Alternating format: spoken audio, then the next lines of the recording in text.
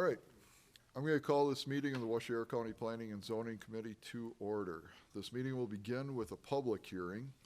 Anyone other than the applicant or their representative wishing to speak must register and submit the registration slip to the zoning administrator at this time. Following the hearing, we will conduct our monthly business meeting, at which time we'll vote on the applications. You may stay and hear how the applications are decided, or you may leave following the hearing. The applicant and town board will be sent a copy of tonight's decisions. Any other person wishing to receive a copy of the decision can sign the sheet on the table in the front of the room. Those of you wishing immediate knowledge of the outcome of these proceedings may call the zoning office tomorrow morning. The procedure we will follow for hearing each application is, after each application is read, the applicant, their agent, or representative will be asked to present their application, followed by any questions or comments from the committee. Then all correspondence will be read. Then others in favor will have a chance to speak. Anyone objecting will then have a chance to speak. I will then ask for a summary of the committee's field observations and any staff comments. Finally, the applicant will be allowed a chance for a short rebuttal if they wish. Anyone wishing to speak should use the microphone, state their name, and direct their comments to the committee. I ask that all testimony be kept brief, no more than 5 minutes, and to the point. If you are testifying as a nearby landowner, please tell us where your property is located relative to the subject property. Tonight's hearing will be recorded, and the recording will become part of the record. Comments that are based on hearsay or secondhand information, as well as slanderous or prejudicial remarks, will be ruled out of order. The committee has looked at all the properties, and the record will reflect these observations. Any person affected by an administrative decision of this committee has 10 days from the filing of tonight's decision to make an appeal to Circuit Court. The county assumes no liability and makes no warranty as to the legality of any construction commenced prior to the expiration of this 10-day period. I will now introduce the committee. On the end, we have Pat King, then we have Carl Griesar, Jerry Lauer, Mike Kapp, this is Cindy Rettler, I'm George Peterman, and this is Todd Waller. I'll take it from you. All right. All right, so first on the agenda is a conditional use filed by James Panoski, all right, of Menominee Falls, Wisconsin. James has made an application for a conditional use in accordance with sections 58-236, parent 17, and 58-454, parent 27 of the Washoe County Zoning Code to store a 2011 Crossroads fifth wheel 30-foot travel trailer in the AG General Agricultural Zone. The location is a 35-acre parcel of land known as Lot 1 of certified survey map number 6596, being located of the northwest quarter of the northeast quarter, section 30, T19N R8E, Town of Hancock, Brown Deer Court. James, if you want to step up to the microphone, just state your name for the record and just give us a brief overview of what you want to do, just so it's recorded and, Okay. and we have a record of it. Sounds good. Well, I'm James Panoski. We're hoping to possibly park that camper on our property for deer hunting. We snowmobile as well. And then just, overall just for cutting down trees that are dead and stuff like that, maintaining it, and that's basically all we're looking to do. Okay. All right. And do we have any comments, concerns? I have nothing. We went there yesterday. The only question I had was, are you going to have a porta potty out there, or are you going to use the trailer? What was your intention? We were told that you have to have two means, a primary and a secondary, so the camper would be one of the means, and then we do have a 5-gallon porta potty, I guess, that you could take your waste with you. That was what we were going to use as the secondary means. And that's going to be a personal secondary means? It's Yes. not like a rental unit or anything like that? No. Okay. Yeah, it's just like a tote, basically, that you just take home and dump, so. Okay. Any other questions, Mike? No? It was a pretty basic observation going out there, and we appreciated the arrows. Okay. You know, so, yeah, and so it just, you know, from, you know, my notes are, you know, is just that we always want to make sure that it's back off the road, you know, shielded from view, so it doesn't, you know, be considered an eyesore or anything Sure, like that yeah. for anybody, and yeah, everything was very well laid out. Okay, good. Yeah, the only thing on that drawing that we had, I had wrote originally 100 feet on there. When we measured it off, it turned out to be 150 feet off. We just wanted to put it on that trail so we didn't have to cut down trees and stuff. We just figured it was a good area to use, so. Sure. Okay, well, thank you. All right, thank you. Okay. So, You want to ask if any yep, questions? yep, so if there's any, is there any correspondence? We haven't received, zoning office hasn't received any correspondence to date. Okay, anyone that's speaking in favor or objecting? Nope, Anyone speaking for information only? no. All right, and then staff comments. All right. As stated in the reports you have before you, the applicant, James Panoski, is requesting a conditional use to store a 2011 30-foot Crossroads fifth wheel travel trailer on a 35-acre parcel of land in an AG General Agricultural Zone in the town of Hancock. The subject property is a large undeveloped wooded parcel of agriculturally zoned land located along the north side of Brown Deer Court, approximately a quarter mile east of First Avenue. Outside of a recent CSM that was recorded, the county maintains very little information and/or no permits on the property. As noted, Planning and Zoning Committee did visit the property yesterday, Wednesday, November 20th. The only concern was that adequate sanitary facilities be provided in accordance with county zoning, should the travel trailer be used at any time during the duration of the permit. It was the belief of the committee that the travel trailer was adequately screened from view, was adequately set back from neighboring lots, and should pose no detrimental impact. I have had a conversation with the applicant earlier this evening. There is discussion about possibly moving it, over to closer to the neighboring property. It just in light of the fact that there was some recent vandalism on a travel trailer within close proximity. Staff poses no objection to that. It's just that we want to make sure that we maintain adequate distance and that the 100-foot minimums from all property lines would be required. So if you do move it, just contact our office and we can modify the plans accordingly, just so that we know, that you're in accordance with the submitted drawings.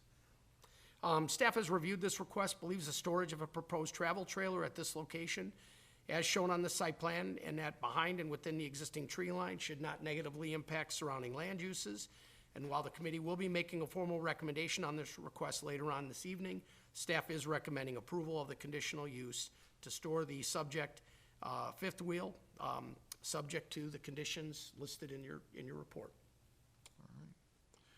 And then if you had any rebuttal, now would be the time. Okay, well then we're gonna move on to the next application, and that is Chris Jorgensen, Berlin, Wisconsin.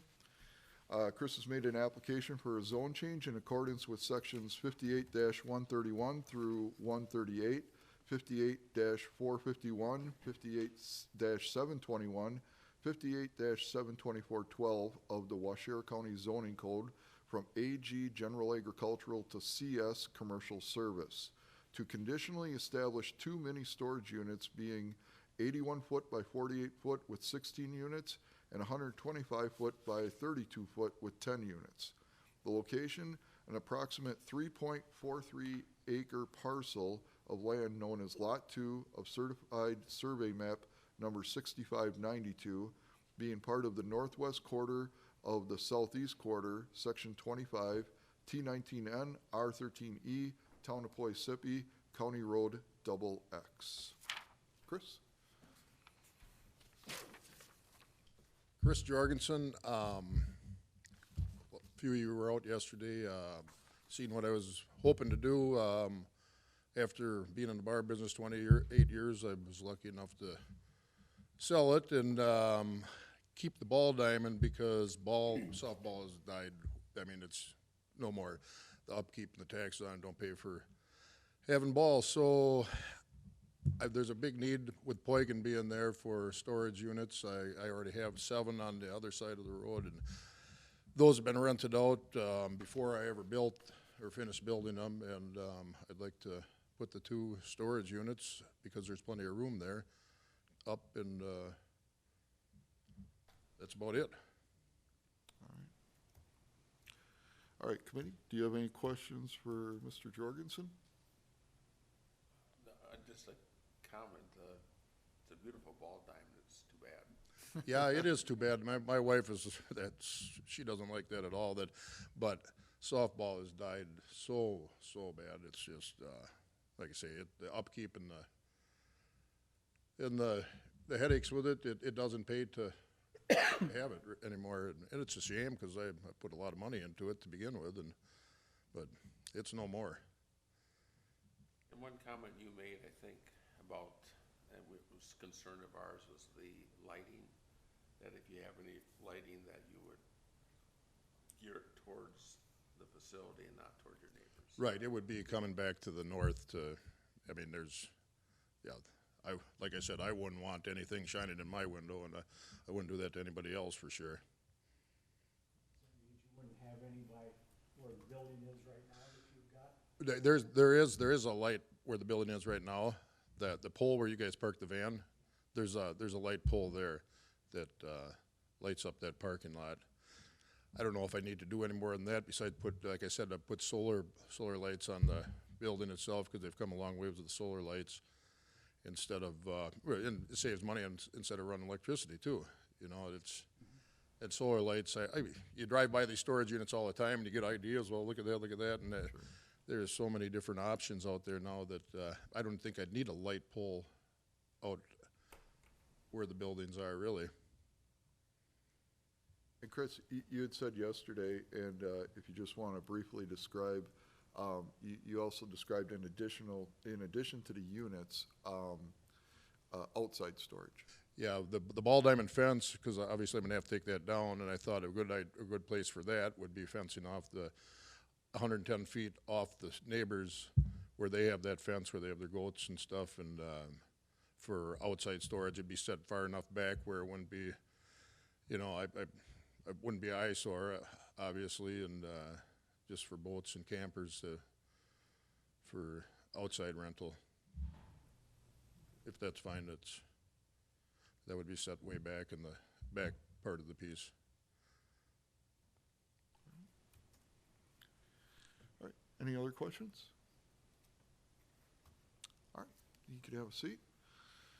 All right, any correspondence?